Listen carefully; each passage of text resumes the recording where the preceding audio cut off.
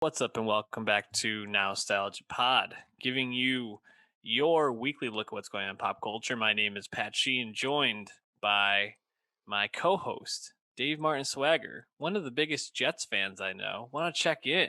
Jets made a big trade before recording today. Sam Darnold, not a Jet anymore. Dave, how you feeling about it? I felt inedible for a while now, so pleasantly surprised at the return. Second and change, not too bad, given, the lack of actual, tangible on the field production in a consistent manner from Sam Darnold. So if you're married to taking a new quarterback, then you should be selling your current one, and that's what they did. So it makes sense to me.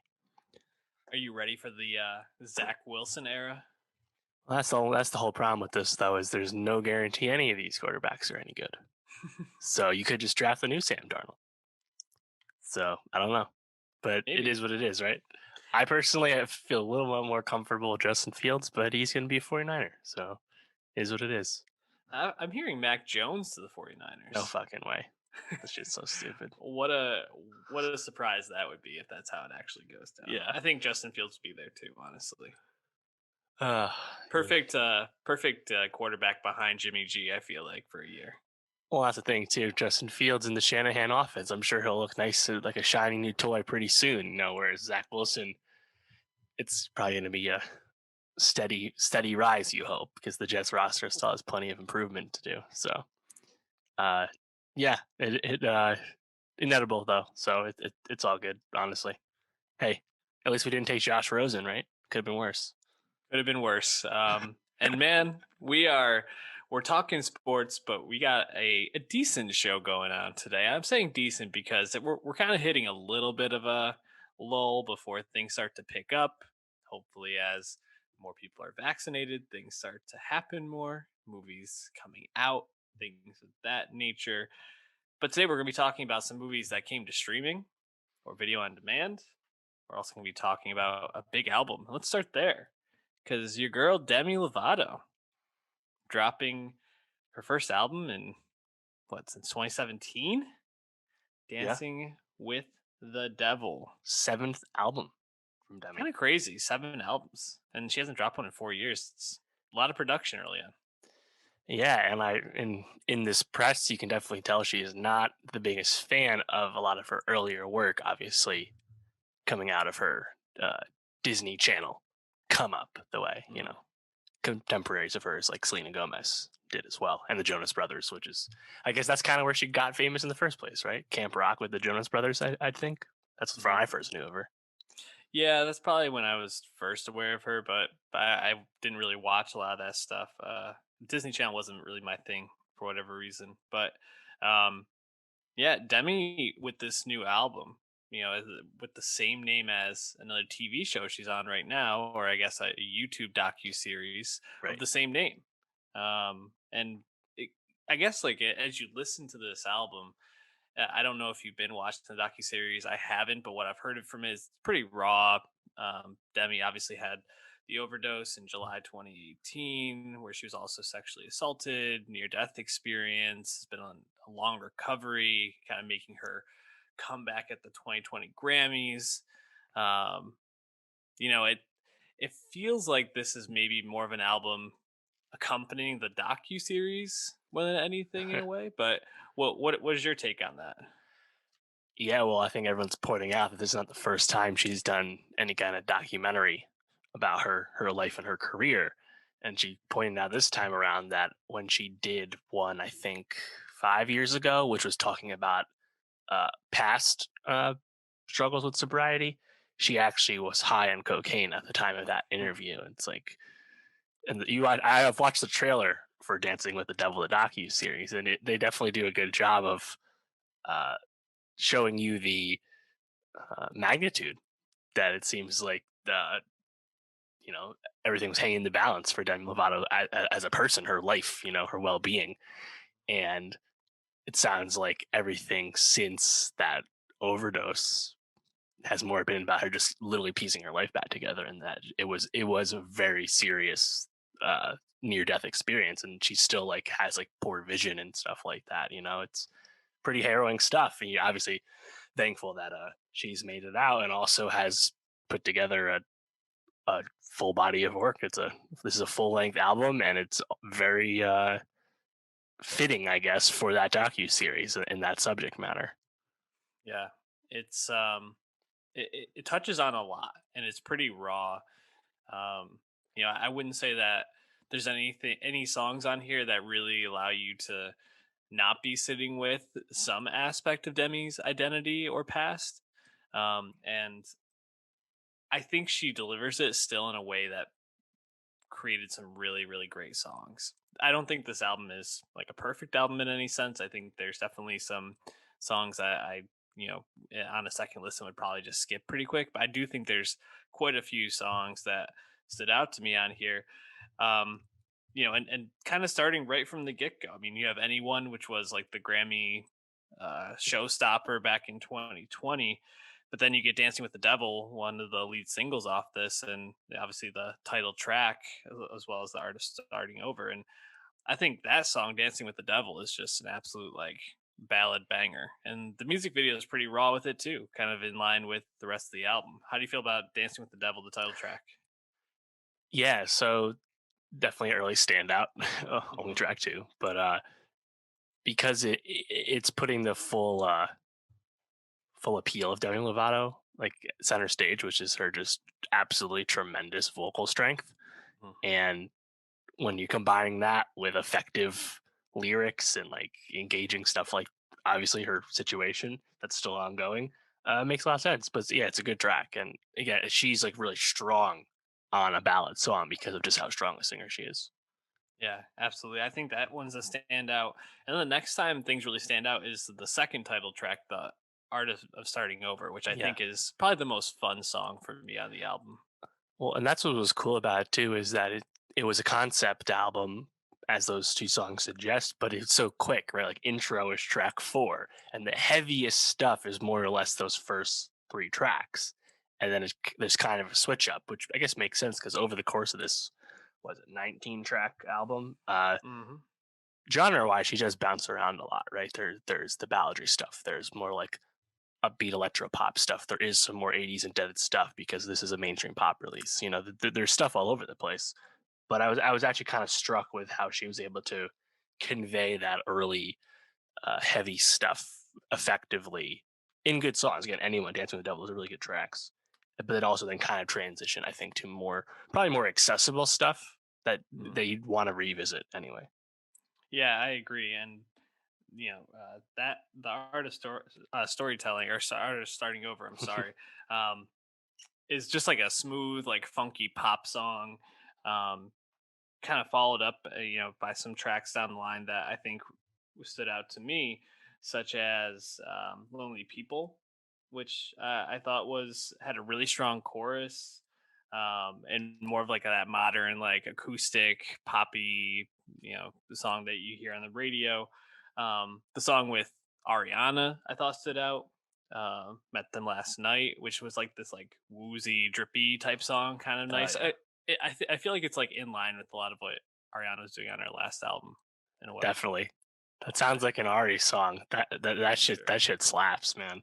It was That's great. uh that's some hot shit right there. And I think I really like the drum production and how Demi's vocals fit with that when she's on her own. But there's also so much harmonization between the two of them. Again, Ariana Grande, another really strong vocalist, so it's a nice collaboration with Demi. And I have to imagine that this was not recorded in person. There was a few moments where I could kind of like hear the skeleton of the mix. I'm like, yeah, I can tell these are combined. But Mhm. when you're combining two really good sounding tracks together, the way they do and that kind of harmonization, I was like, I like this. So yeah, I think that's a clear highlight. That's one of my favorite Ari features in quite some time. What other tracks stood out to you? Yeah, so I mean, we've mentioned a few of them, right? Dancing with the Devil and Anyone are like really early standouts, and then I really like Met 'Em Last Night. You mentioned Lonely People. I think Melon Cake's pretty solid. Um, I actually thought My Girlfriends Are My Boyfriend, the Saweetie collab, surprised how well those two fit together. Yeah, I agree. Um, Saweetie, another person who's been in the news lately. Um, how'd you feel about that Mad World cover, which is the second to last track? Well, so it's interesting, right? The last what four tracks on the album seem to be kind of going for some sort of like closure to this I don't know, introspective type album. You know, throughout the album, she's talking about her sexuality, identifying as pansexual.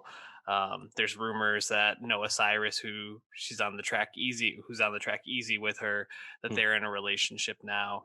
Um, you know, California Sober is getting a lot of buzz because people in the world of sobriety and how to go about that are not really sure if they agree with the way that she's going Mm. about her sobriety, which is basically Right.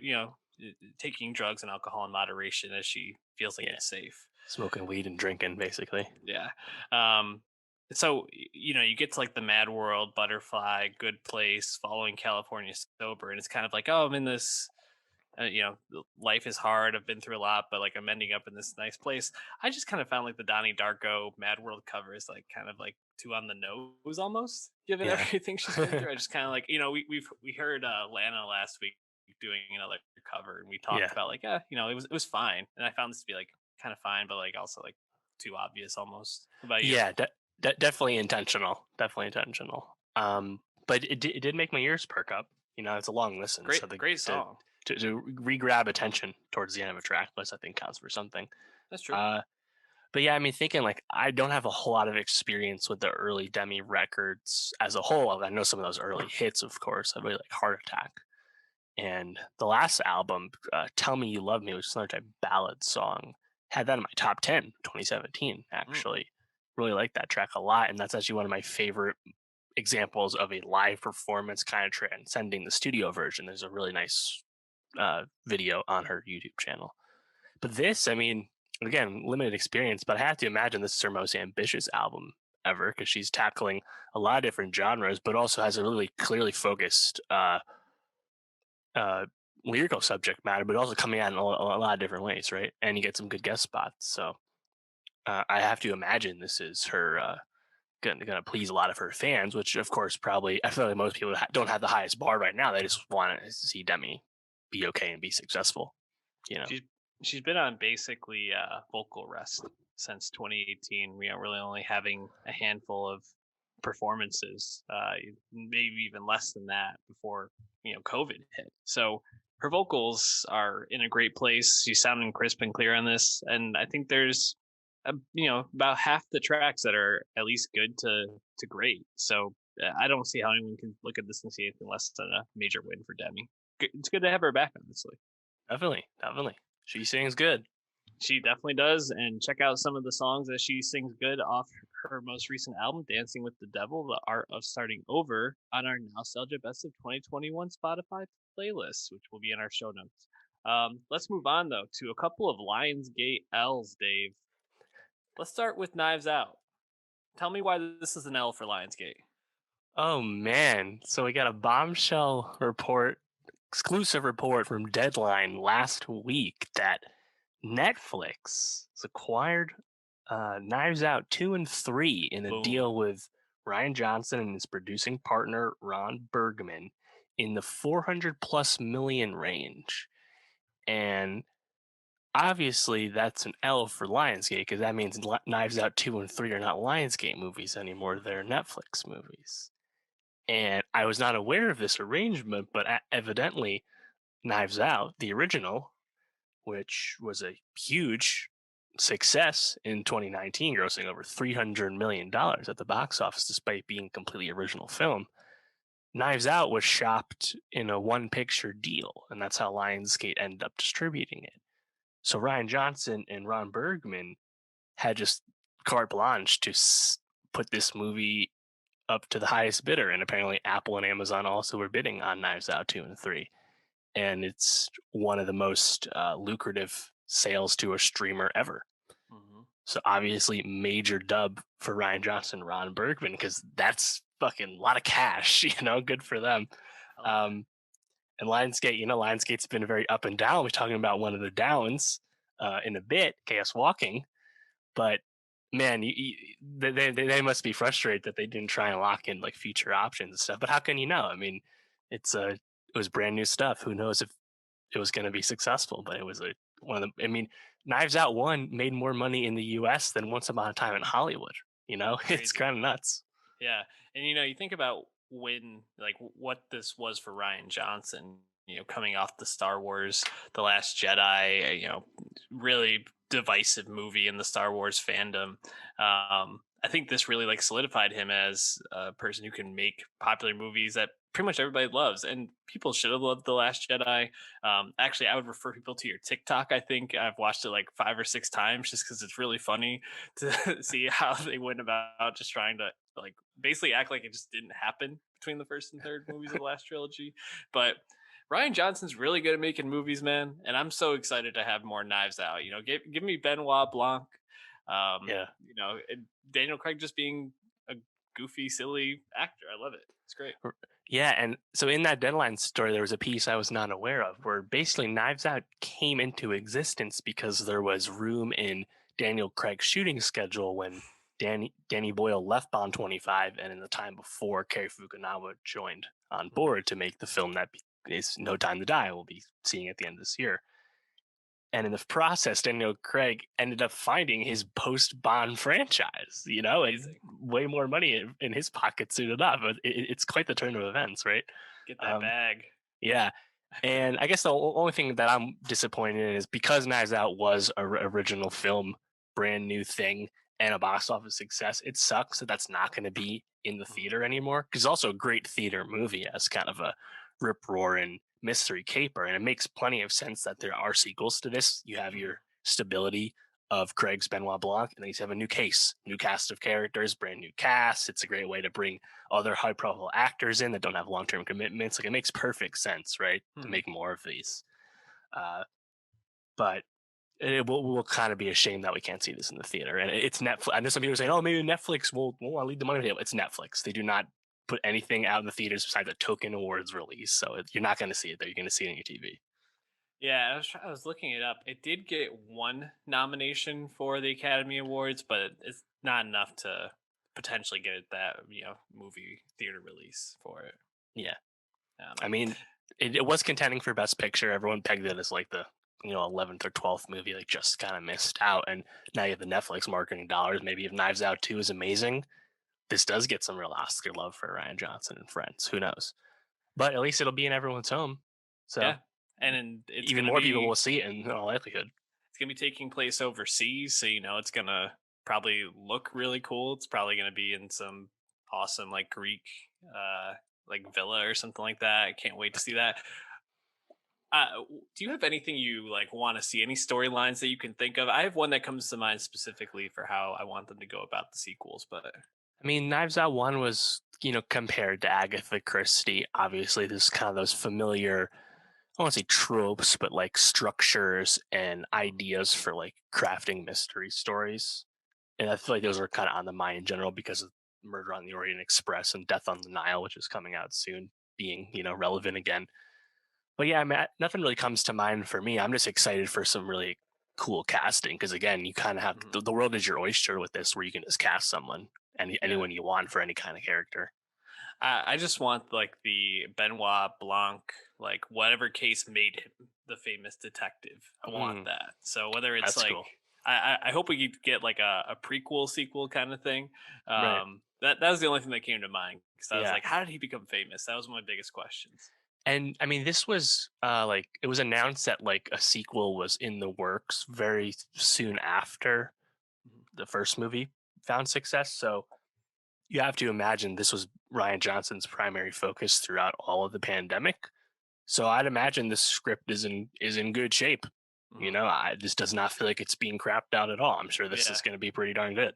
I have total faith in them to pull off something good. How would you feel if in one of the sequels we get a Lakeith Stanfield, Benoit Blanc team up again? Oh, sure. Give me some more Lakeith. of that. He doesn't have a whole lot to do in the first one, to be honest. Yeah, I mean, heck, maybe he's just into, and he left his job at the local Yeah, force and teamed up with Benoit Blanc and freelance. that's what I'm thinking. That's an easy way to write him in. Perfect. Get us on the writing team here. Yeah, We we got got it. ideas. Hit us up. We'll do it at cost, Yeah, low exactly. rates. But anyways, Knives Out 2 and 3. More than excited for it. Any last thoughts on this before we move into Lionsgate's second L, Dave? I have to imagine a shoot in June of this year. We're probably not getting it till next year, but happy to wait. Trust me, happy to wait. And we're getting a third one. Cool. There's going to be a lot of movies and probably movies we want to be talking about coming out, so I can wait a little bit for it. But let's talk about a movie I was not really that anticipating that much, which is Chaos Walking. Lionsgate's second L on the podcast, mostly just for not being very good, right? Just not a good movie. Correct. A movie that got more attention and ink spilled over its production struggles and just general long path to the screen, more so than anyone actually talking about watching the movie itself. It's kind of like almost a legendary story at this point. In the past 5 years of Hollywood is a very troubled production, and I had interest in it solely on that merit. Kind of rubbernecking. You just can't look away. I just wanted to see exactly what it was and how bad it may be. So yes, Chaos Walking now available on POVD after being in the theaters for about 6 weeks. It's based off the sci-fi trilogy from Patrick Ness, who was also a co-writer on this, and it stars Daisy Ridley, Tom Holland. So right there, and then you got Doug Liman at the helm. It was conceptualized back in 2011. It was like the rights were bought, and then it kind of went into production in 2016. Famous reshoots in 2018, but because you have two of the stars of huge movie franchises, you had to reschedule it to like late 2019. New director. It's a bit of a mess. Right, and that's what's so funny about it too. 2008 book optioned a few years later. Daisy and Tom were cast in 2016, and Lyman was hired as one of several directors to be attached. But he was hired then, and they went into production August 2017. They first started shooting this movie then. But as you said, those reshoots were delayed. And I didn't know this part, but Tom Holland actually missed the Avengers Endgame premiere because he was busy doing reshoots on Chaos Walking. And then it was supposed to come out last year in the pandemic. They just punted it, and I saw them punt it all the way to January 21. And I was like, okay, there's the confirmation that yes, the movie is still bad.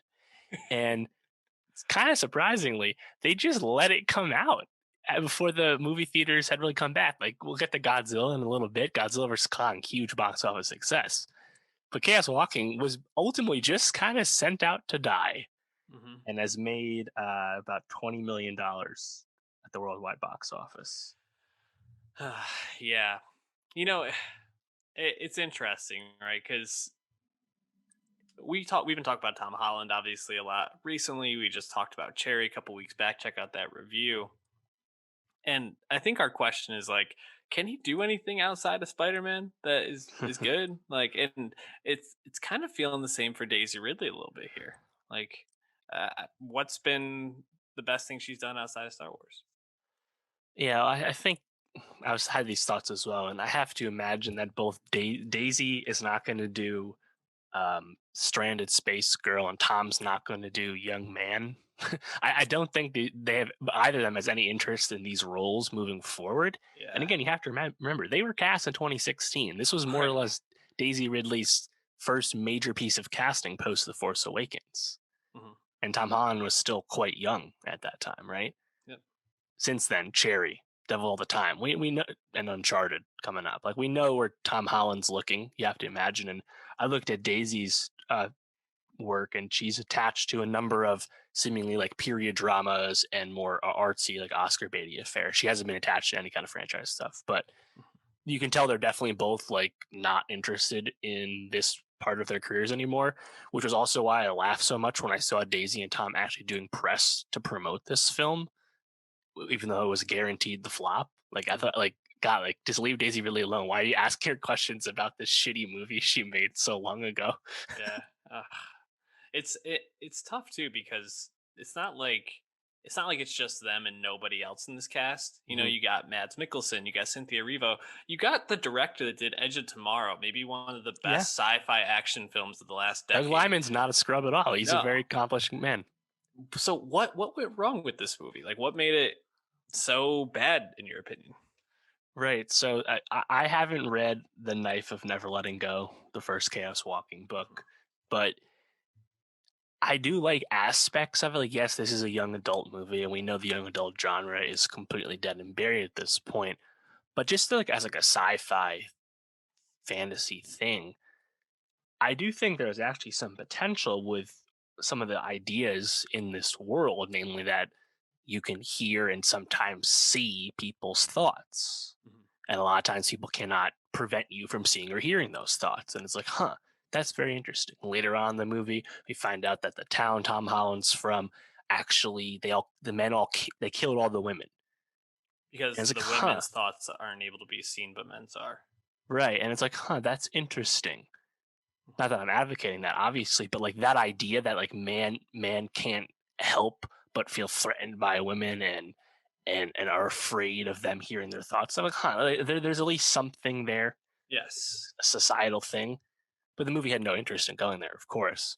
And like when Daisy Ridley comes to the story, you know, she crashes down. It's like, huh, there's a lot of potential here, but it just ultimately comes really like boilerplate young adult adventure stuff. And kind of at every turn, Doug Lyman and the script writers, and there was many script writers, uh, every time there's a chance to take it in a more interesting direction, they just steered the film back towards the center. So it's like at the end of the day, nothing is that interesting. This movie cost over $100 million, you know, reshoots included, but it doesn't even look that cool. Like I was surprised how bland and dull the Yeah. whole set design was. So I was wondering where that money went. Maybe was it just effects to visualize all the thoughts and stuff? Maybe if there was a better way to express hearing and seeing people's thoughts would have been cool. Because at the end of the day, I think Daisy kind of runs laps around Tom because Tom barely speaks because a lot of Right. times it's voiceover work. It's not actually Tom performing his lines because they're in his head and she's hearing them that way. It's like, you know, it just there's just a lot of tough decisions. And I don't know, maybe that's stuff you need to figure out before you take a movie like this into production.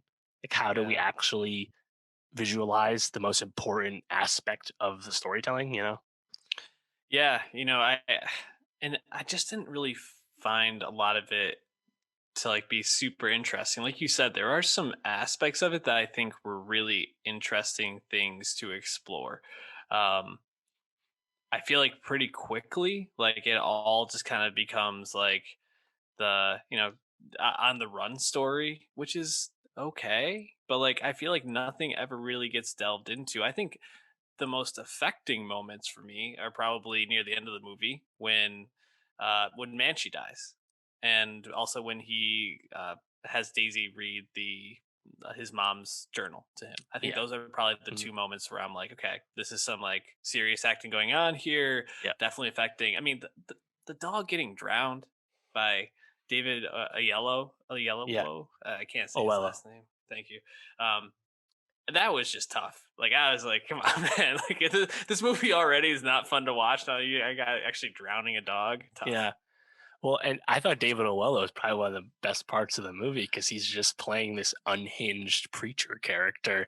And as a result, the way his thoughts and ideas are being manifested is actually really interesting. I was like, Yeah, huh, again, a lot of more meat on that bone that they barely delved in at all. And it's like exactly. Mads Mikkelsen has a nice presence because it's Mads Mikkelsen, but at the end of the day, he's playing a very One note. stereotypical, not interesting bad guy. Like the way they set it up, I'm like, huh, is there more under the hood? Because just the way Mads can like look off in the distance, you always think there's so much going on, and at the end of the day, not this mayor character is not the case. Yep. Um, so it's just like every moment like that, it's like you just see like a way something could be more interesting. And it's funny, the original version of the script was written by Charlie Kaufman. Can you imagine how like weird and cringy some of these ideas of hearing people's thoughts could have been in Charlie Kaufman's brain. I Oh can't man. imagine, honestly, But clearly, this Lionsgate and uh, executives there, they just did not like where it went, and they extensively took it from there. And of course, then they reshot it because I believe the quote from the insider was the movie was unreleasable in its original state. So I can't even imagine what it used to look like. Yeah, I mean, I'm also like very interested in the whole other like settlement. You get Cynthia Erivo as this like badass mayor who's just like running shit, and that's not really explored that much. Um, Nick Jonas, big nothing. I mean, what the fuck is going on He's with him just right playing now? like a Fredo. Yeah, it's so weird. I don't know. There's really nothing Right. to this movie I found very interesting. Yeah, I mean, just booking on the themes, I had a lot of like, there was Minority Report potential here. I hear what Hmm. someone thinks, even if they haven't done anything. Yep. Tons of meat in the bone. They didn't do it. Didn't go there. Also, there's that scene towards the end where Ray where Daisy is going through the ship, and the way they shoot it reminded me of Ray going through the crash star destroyer on Hmm. Jakku in Force Awakens. And I was like, huh, cool. I saw what you did there. Nice. Yeah. But Uh, yeah, it's this was a tough one, no question, and no sequels. We know that much. And honestly, Doug Lyman, he also released Lockdown earlier this year on HBO Max. That's the Anne Hathaway Chiwetel Ejiofor movie. That's like a story hmm. based around like COVID-esque things, and it's an okay movie. But I'm more interested in his next project, which will be his third movie with Tom Cruise.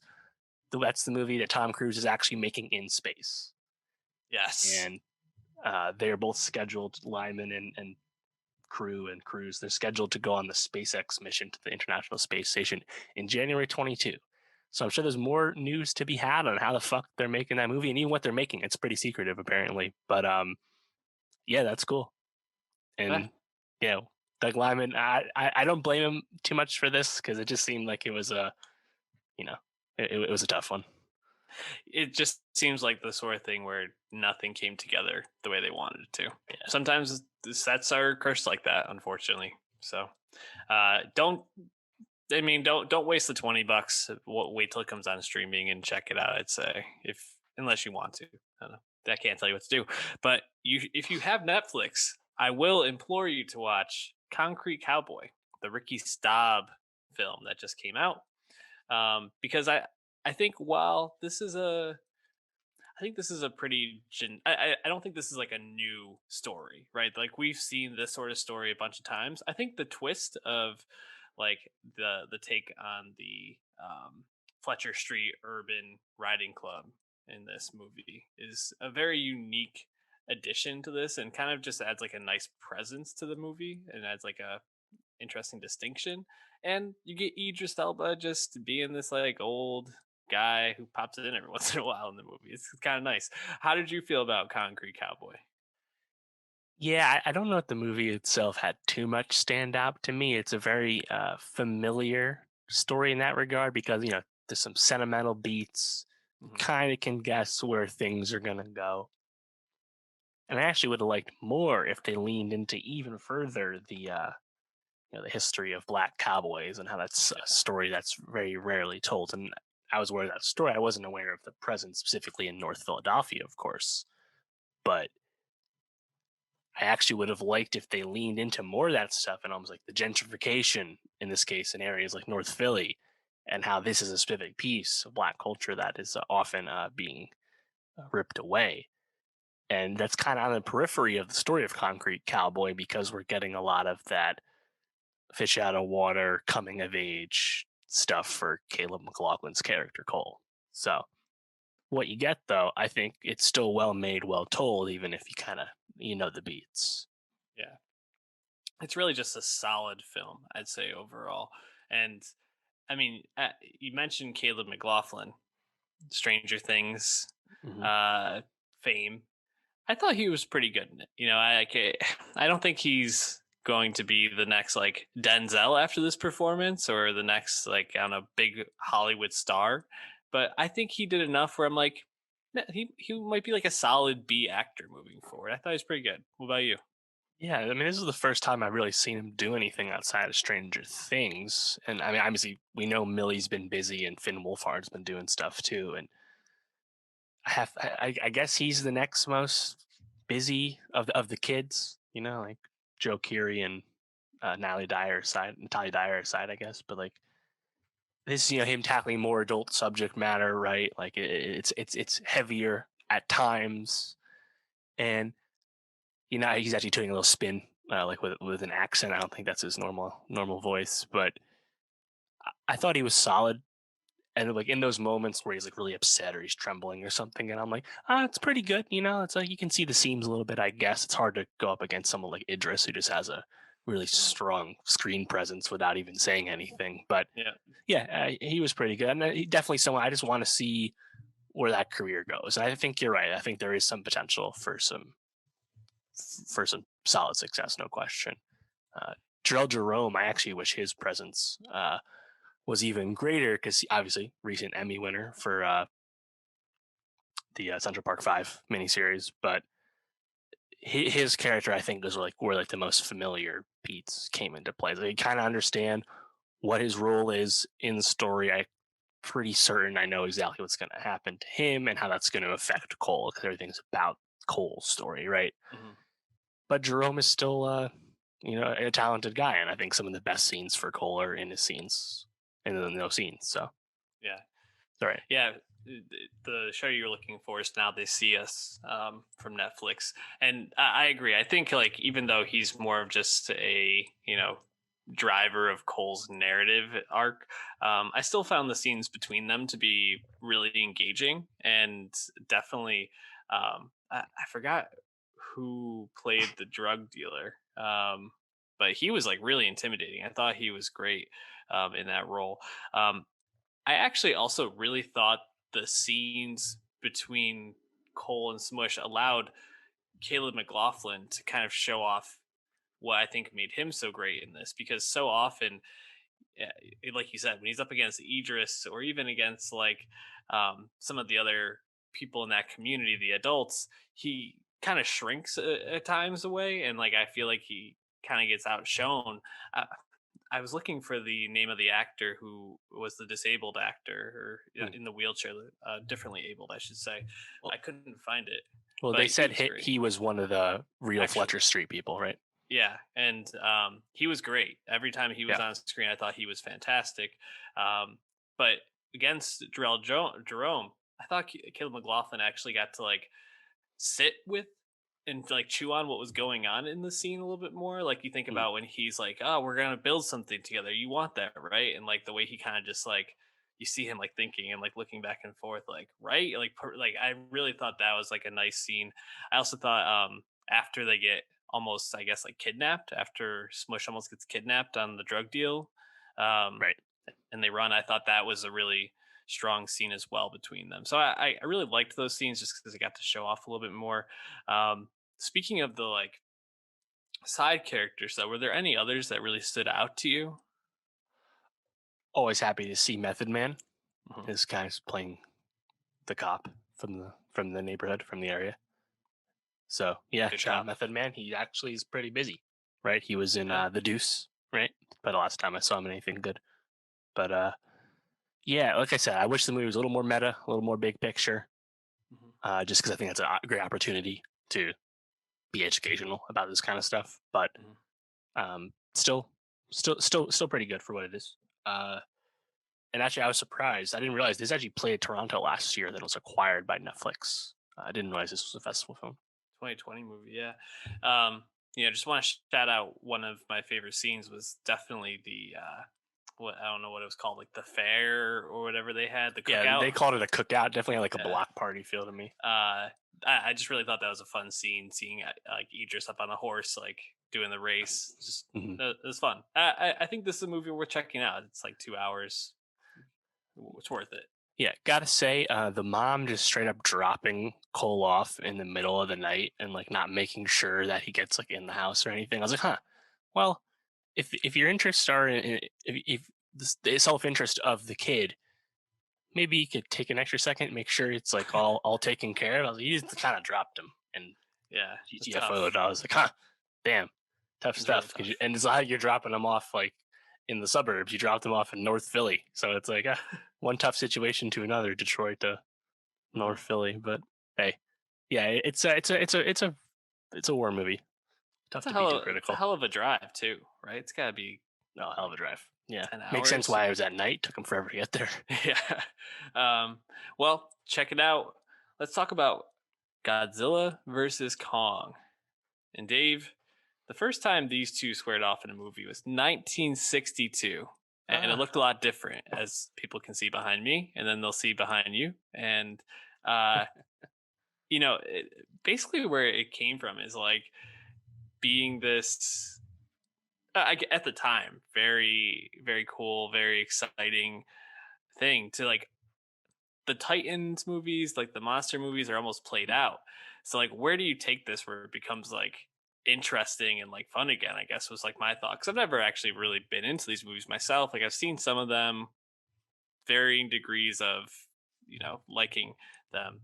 I really liked this one because I basically just turned my brain off and I was like, oh, hmm, huge monsters punching each other in the face and yeah. doing like an MMA fight. Okay, cool.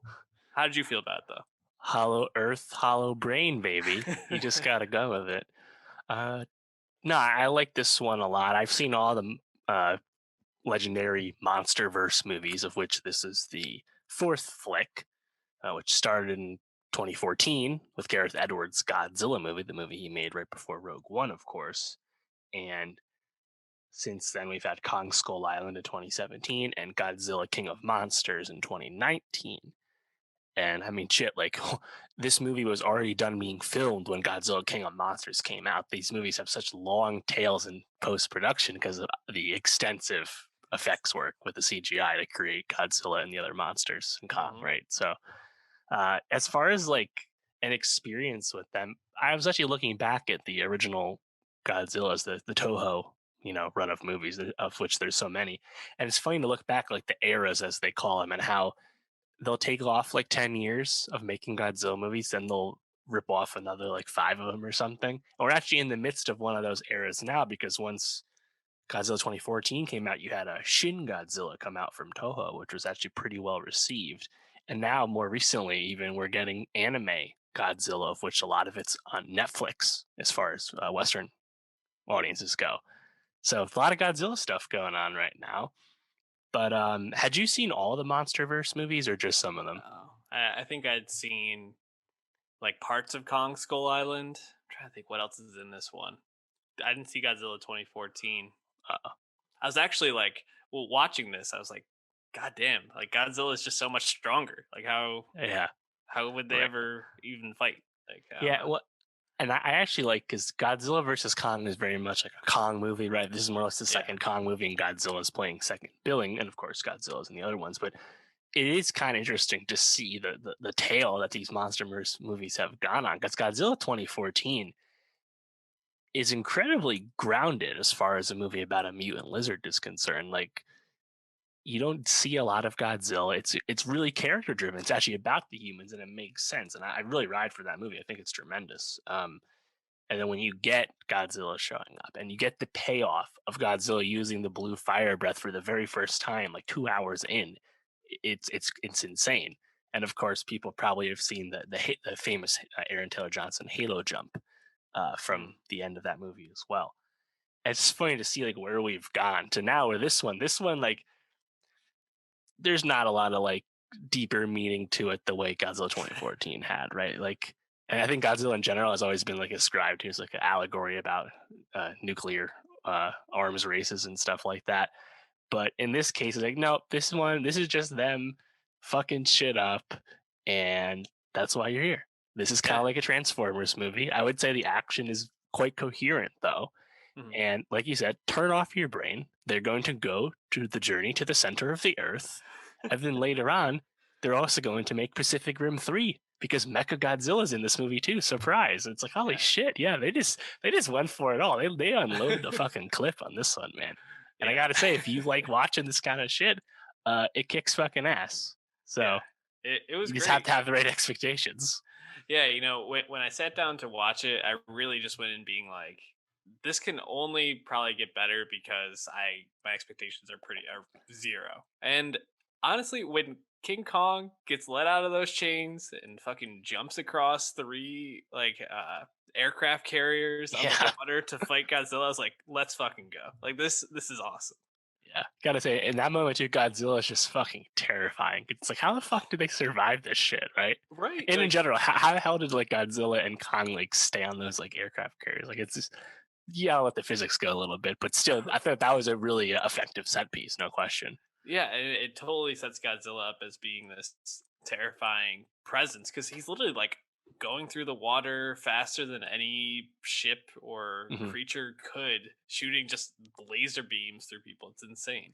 And then they fight underwater. Like, okay, Yeah, whatever, I'm down with it. Um, I yeah. don't know. Imagine if like in the first hour, and Kong gets fucking drowned, Right? and then it's just a Godzilla movie. I mean, if this was like real life, Godzilla just fucking destroys him. Like I don't Sure. know, it's no fight. But because it's a movie, it's not real life, and we know that these creatures don't exist. Right. Well, and that's why I always thought it was funny on social media. Team Kong, Team Godzilla. It's like, who the fuck is Team Godzilla? It's like Team Godzilla's like picking the Warriors. It's like, come on, like, he's going to win, so pick the underdog. And the movie actually has you root for the underdog because it's much more of a Kong movie. How did you feel about the Hollow Earth? I thought that part was stupid as hell. Oh, sure, sure, but that's the thing. It's actually in line with how these movies have gone since 2014 when they stopped being grounded. Kong Skull Island, there's a lot of characters, a lot of other monsters and stuff. I think that movie is really fun. Some good bits, like the Tony Kebbell Dear Billy bit, for example. But then, like, they take it to the extreme when Godzilla King of Monsters, which I think is clearly the worst one of these, because that one is so unintelligent and also muddled. Like, the humans just feel like they're in the way and always, like, not interesting. But on that one, there's this, like, spoilers for Godzilla King of Monsters. I don't know why anyone care, but, like, that's one where, like, Godzilla is weakened and like they need him to fight the other monsters, like King Ghidorah, the 3-headed guy is the Mhm. fucking shit up, right? So they need Godzilla to save the day, and Godzilla's actually resting in his lair, which is like fucking Atlantis at the bottom of the ocean, like this sea. He's just hiding out in like the Sea Kingdom, abandoned Sea Kingdom, right? And they drop a nuke to power him up, right? But like they set the stage that there are like Yes. these other civilizations. So I was like, oh, okay, so we got this shit in Hollow Earth where there was a Kong Kong is civilization? Sure, fuck it. Give Kong a battle axe powered by a Godzilla scale. I'm 100% there. I really loved the scene where he like chops that, like it was like a Ghidorah type flying monster, like the head off it, and he just Uh, eats it or drinks the he drinks brain. like the grog, as I called it, the guts. Oh, that was tremendous. That was so like well paid off too. I was like, Yeah. fuck yeah, you drink that shit, Kong. You earned this, baby. And then they just like get out of this Hollow Yeah. Earth, which actually that scene was a pretty good action scene. Like, Right. I feel like, again, like like in this all this build up, we're literally going into a wormhole to go to the center of the Earth, and right? guess what? The Earth is all hollow. And then they open the thing, and they can just breathe oxygen. Yeah, so It's like, good. yeah, sure. Who cares? But I really liked the ending action scene where they're fighting in, it was Tokyo, I believe, or maybe it was Hong Hong Kong. Kong, I Hong believe. Kong, okay. So Yeah, they're fighting in Hong Kong, and it's just all like LED light, like yeah, looks sick. pink and purple and like aquas, and I'm like, oh, this is incredible. Yeah, This you is got the great. call back to like traditional King Kong, where he's hanging on like the spire. Looks like he's on the Empire State, of course. Really like And that one. and in the end, Dave, the humans are the real monsters, which is what this is all about, really. And Yeah, podcasting saves the day. So, yeah, what more could you want? sure, absolutely. I will have to say, give it up to Damian Bashir, who's like the head of Apex, which were like the villainous corporation here. He definitely was hamming it up. He knew what kind of movie he was in. I appreciated that. Um, and As was actually, I Brian didn't see Tyree that Henry. coming. Like, I liked how they paid off. Like in the beginning, Brian Tyree Henry sees like that red thing, and like, huh, what is this weird tech? Oh, he saw Mechagodzilla's eye before it was put in. I was like, huh, Hmm. that was cool, I guess. And actually, my favorite red herring in this, because I just don't expect something like this to pay off, is like they make an offhand comment about like the electrical current of those like hover jet engines, and then they end up using it as a defibrillator to resuscitate King Kong. And I'm like, holy shit, I didn't even know you were trying to pay shit off with that until I saw it happen. Nice. This is like the first time we're actually mentioning any of the actors from the film. Yeah. Any performances that you're like, okay, that's Yeah. fine. Right. So I think Bashir was doing what he needed to do, right? Kyle Chandler's like effectively non-existent. He's only there because he's related to Millie Bobby Brown's character. Of course, they're both holdovers from Godzilla King of Monsters. Of course, the mom character passes away. He's a big central part of that one. So Kyle Chandler completely unnecessary for this.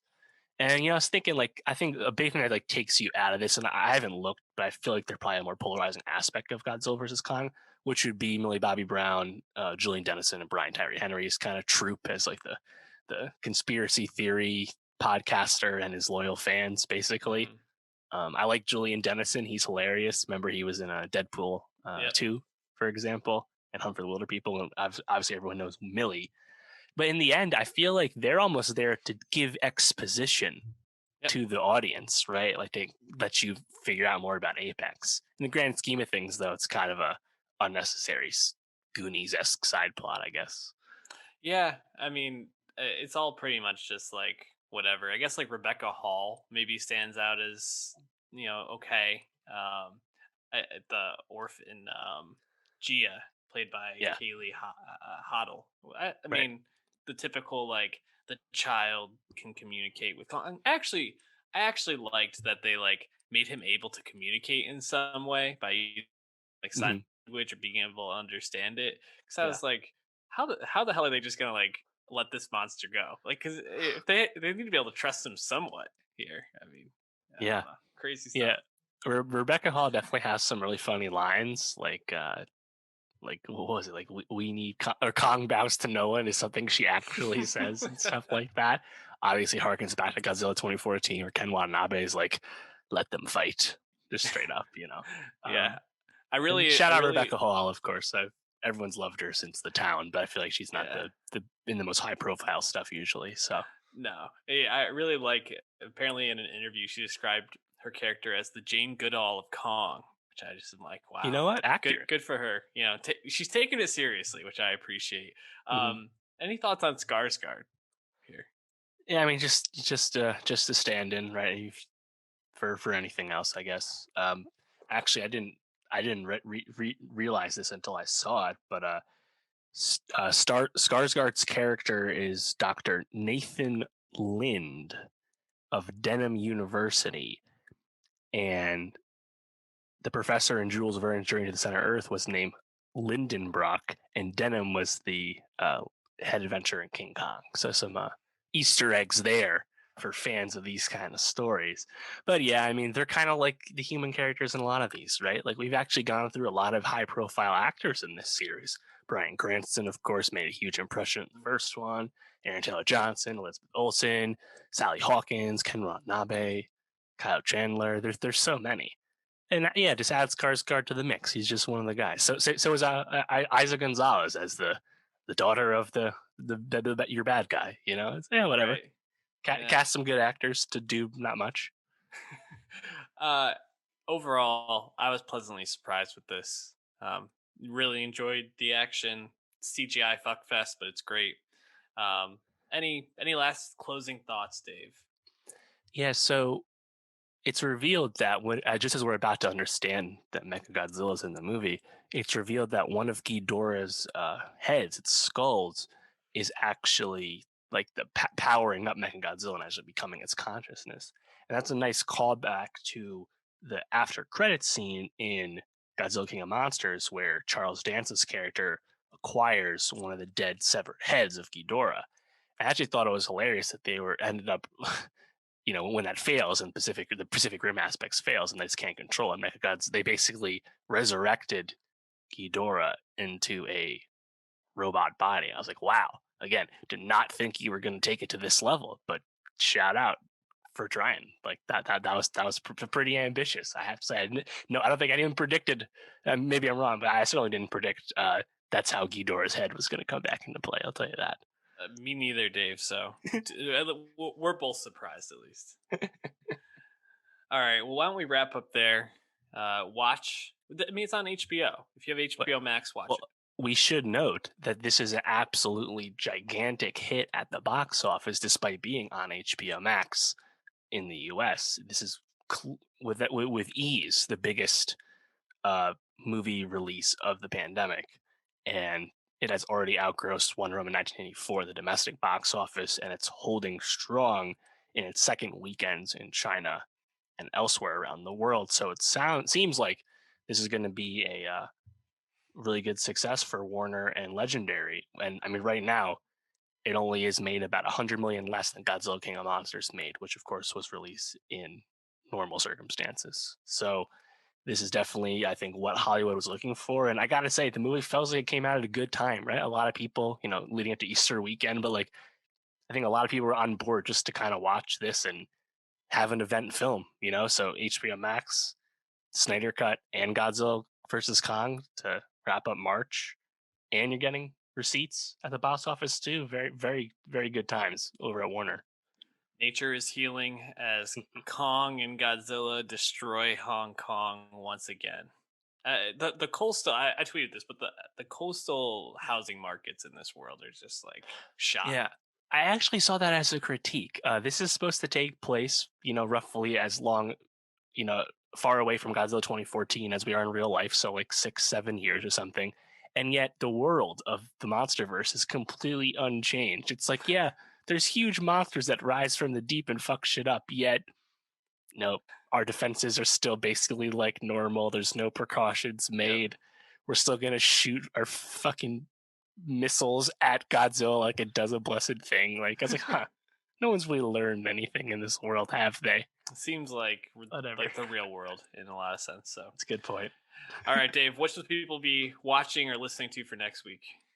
New Brockhampton album, their sixth album, Hell yeah. Roadrunner, as well as a well-regarded movie coming out on VOD from IFC called Mophie, and also the HBO premiere of The Nevers, which was a fantasy show that at one point was being worked on by Joss Whedon. He has since left the project, but a high-profile show for HBO nonetheless. Tune in. Follow us at NowstalgiaPod on Twitter, SoundCloud, and YouTube.com/NowstalgiaPod. And leave us a 5-star rating and review on any platform that you can. We'll see you next week.